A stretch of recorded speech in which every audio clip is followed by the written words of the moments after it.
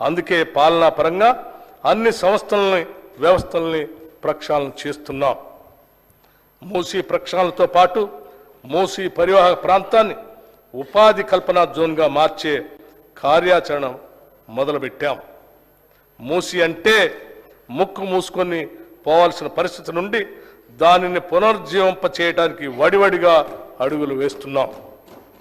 Musi river ఫ్రంట్ని అభివృద్ధి పరిచేందుకు నూతన విధానాలను ఆకలింపు చేసుకుంటున్నాం.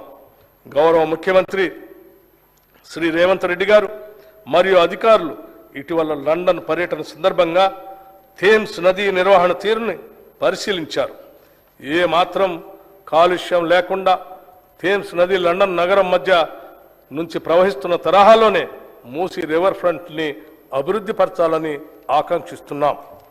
ఈ మేరకు ఇటీవల హైదరాబాద్ వచ్చిన British high commissioner Alex Ellis మరియు నీతి ఆయోగ్ వైస్ చైర్మన్ శ్రీ సుమన్ బెర్రీలతో కూడా ప్రభుత్వం చర్చలు జరిపింది. Musi river front development project ద్వారా ఈ కార్యక్రమం చేపడతాం.